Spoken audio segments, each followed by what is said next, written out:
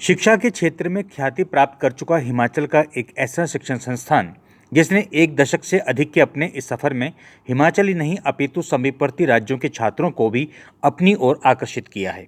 आपको बताते चलें कि यह संस्थान बच्चों को बेहतर शिक्षा प्रदान करने के लिए वचनबद्ध ही नहीं है, बल्कि बच्चों को गुणात्मक शिक्षा भी प्रदान कर रहा है।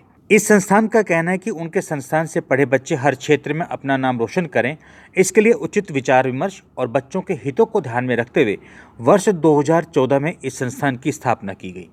आपको बताते चलें कि एक दशक से अधिक के समय में इस संस्थान से लगभग 350 छात्र मेडिकल क्षेत्र में आगे निकले हैं। इनमें से कुछ बच्चे देश और प्रदेश के विभिन्न मेडिकल कॉलेजों में पढ़ाई कर रहे हैं, जबकि कुछ डिग्री हासिल कर चिकित्सा के क्षेत्र में अपनी सेवाएं दे रहे हैं। इतना ही नहीं, करीब 250 बच्चे देश के प्रतिष्ठित इंजीनियरिंग संस्थान में अध्ययनरत हैं। ऐसे में अब यह संस्थान कांगड़ा और चंबा के बच्चों के सुनहरे भविष्य को संवारने के लिए इस वर्ष 2 फरवरी से धर्मशाला में अपनी एक ब्रांच खोलने जा रहा है। ये संस्थान कोई और नहीं बल्कि घुमारवीं का जाना पहचाना नाम मिनर्वा स्टडी सर्कल है। बच्चों को बेहतरीन शिक्षा मिले, इसके लिए इस संस्थान की क्या योजना है, आइए हम सीधे इस संस्थान के सीएमडी राकेश चंदेल से बात करते हैं। धर्मशाला में पहले से कई शिक्षण संस्थान कार्यरत हैं। हर संस्थान में प्रतियोगिता है, ऐसे में आप धर्मशाला में प्रवेश कर रहे हैं, क्या कहना चाहेंगे? तो मैं बताना चाहूँगा कि 2 फरवरी को हमारे मिनर्वा स्टडी सर्कल का सिद्धवाड़ी में क्लॉक टावर के सामने हमने अपना इंस्टीट्यूशन जो है वो एस्टेब्लिश किया है। उस पर ओपनिंग होने जा रही है। मैं सभी लोगों से ये आह्वान करना चाहूँगा कि आप हमारे इंस्टीट्यूशन में ओपनिंग डे के लिए भी आएँ और उसके बाद भी एक बार हमारे इंस्टीट्यूशन को जरूर विज़िट करें, हमारे सिस्टम को समझें कि हम किस तरह से जो है वो कोचिंग जो है वो बच्चों को प्रोवाइड करने जा रहे हैं। इससे पहले कि मैं बताऊं कि हम लोग क्या करने जा रहे हैं, मैं पहले थोड़ा अपना इतिहास बताना चाहूँगा कि हमारा इंस्टीट्यूशन मिनर्वा स्टडी सर्कल 2014 से घुमारवीं में नीट, जेई, एनडीए, सीयूटी इन कॉम्पिटिटिव एग्ज़ाम की कोचिंग जो है वो प्रोवाइड कर रहा है। इन 10 सालों में हमारे इंस्टीट्यूशन से एमबीबीएस के लिए जो गवर्नमेंट कॉलेज के लिए बच्चे सेलेक्ट हुए हैं उन पे नंबर 350 से अधिक हो चुका है।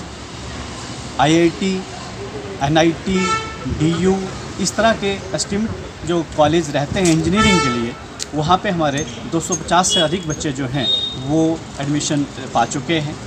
2024 में हमारे 52 बच्चों की सिलेक्शन एमबीबीएस के लिए हुई है और 26 बच्चे जो हैं वो एनआईटी और डीयू में जो हैं हमारे बच्चे जो हैं वो सिलेक्ट हुए हैं। हमने धर्मशाला को ही क्यों चूज़ किया हिमाचल में, तो देखिए हमारे पास घुमारवीं में कांगड़ा, धर्मशाला, पालमपुर, चंबा यहाँ के बहुत से बच्चे जो हैं वो पहुँचते थे। तो लोगों का ये रहता था कि हमारे को ट्रैवलिंग बहुत हो जाती है, बच्चे को घर आने जाने में दिक्कत होती है, तो क्यों ना आप हमारे कांगड़ा डिस्ट्रिक्ट के अंदर कहीं पे इस इंस्टीट्यूशन को एस्टेब्लिश करें। तो हमने देखा कि यहाँ से जो बाकी पहले से कोचिंग इंस्टीट्यूट एस्टेब्लिश्ड हैं वो बहुत अच्छा कर रहे हैं। तो मुझे पर्सनली मेरा मानना है कि जहाँ पे जितना ज़्यादा कंपटीशन होगा बच्चों को उतना ही अच्छा एनवायरनमेंट मिलेगा। ये चीज़ें सिर्फ क्लासरूम की पढ़ाई पे डिपेंडेंट नहीं होती हैं कि सिलेक्शन कितनी होनी है, वो डिपेंड करती है कि आपके अराउंड में एनवायरनमेंट क्या है। तो धर्मशाला में हमें लगा कि एजुकेशन का एनवायरनमेंट है, बच्चे यहाँ चंबा से और जगह से जो है वो स्पेशली पढ़ने के लिए आते हैं। यहाँ का कैचमेंट एरिया अच्छा है, यहाँ के बच्चे जो हैं वो सिलेक्शन भी हमें अच्छी लगी, तो इस वजह से हम लोगों ने धर्मशाला को सिलेक्ट किया। हमारा इंस्टीट्यूशन बहुत डेडिकेशन के साथ काम करता है। हमारा जो स्टडी मटेरियल है वो बहुत उस पर हमने रिसर्च की है, उसको as per the requirement of exam हमने उसको डिज़ाइन किया है। जेई के मॉड्यूल अलग रहते हैं, हमारे नीट के मॉड्यूल हमारे अलग रहते हैं। इसके साथ साथ हमारा जो टेस्टिंग शेड्यूल है वो बहुत स्ट्रॉन्ग है। नीट का एग्ज़ाम देने से पहले, जेई का एग्ज़ाम देने से पहले हम लगभग बच्चे को 40 बार सिमिलर एग्ज़ाम में बिठाते हैं। हर 15 दिन के बाद हमारे बच्चे का कॉम्पिटिटिव एग्ज़ाम रहता है सेम पैटर्न के ऊपर, जैसा कि उनका फाइनल एग्ज़ाम होना है, और उसकी जो रिपोर्ट होती है वो हम पेरेंट्स के साथ शेयर करते हैं। और पीरियडिक हमारी जो है वो पेरेंट्स के साथ हम लोग जो है पेरेंट टीचर्स मीटिंग करवाते हैं, ताकि हमें बच्चों का एनवायरनमेंट जो है घर में कैसा है, घर में कैसा वो कर रहे हैं, उसको हम कंटिन्यूसली मॉनिटर करते हैं। इसके साथ साथ हमारा मेंटरिंग सिस्टम रहता है। हर 15 बच्चों पे हमने एक मेंटर जो है अपॉइंट किया होता है, जो बच्चों से रेगुलरली टच रहता है, उसको कोई इमोशनली कोई दिक्कत तो नहीं आ रही है, उसको कोई स्ट्रेस तो नहीं हो रहा है। तो ये सब मैनेजमेंट पे हम लोग काम करते हैं। डिजिटल क्रांति में आज हर बच्चा किसी न किसी ऑनलाइन सेंटर से जुड़ा हुआ है, कैसे देखते हैं इसे? देखिए, जो ऑनलाइन सिस्टम चल रहा है वो बहुत अच्छा है, लेकिन किसी भी एग्ज़ाम को क्रैक करने के लिए बच्चे की कंडीशनिंग ज़रूरी है।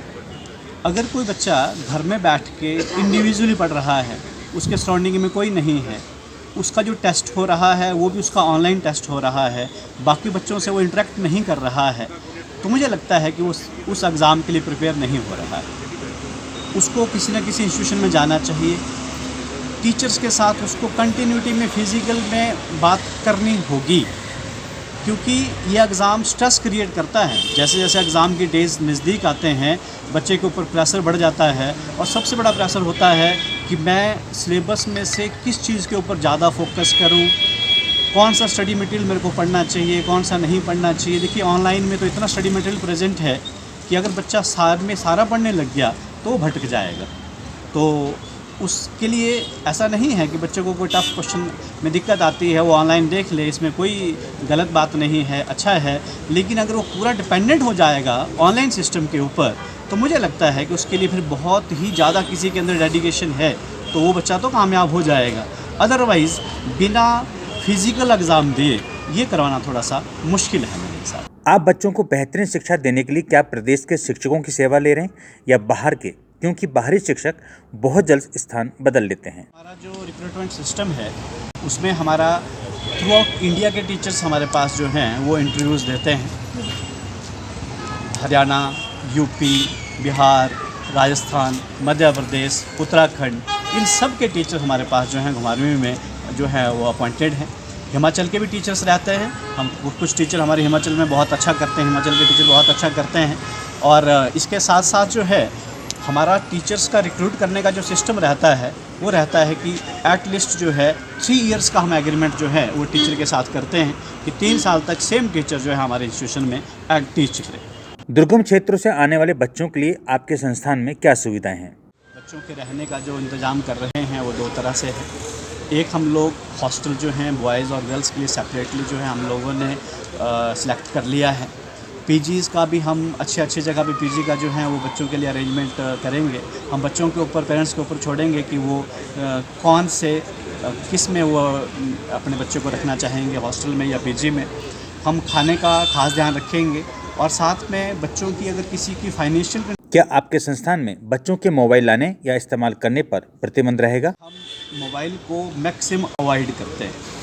इवन घुमारवीं में हमारे जो हॉस्टल्स हैं उसमें हमने मोबाइल की फैसिलिटी बच्चों को रखी ही नहीं है, क्योंकि मोबाइल में जब बच्चा जो है 5 मिनट के लिए किसी टॉपिक को देखता है, उसके बाद वो डाइवर्ट हो जाता है और सोशल मीडिया के ऊपर, और उसका बहुत सा टाइम जो है वेस्ट हो जाता है।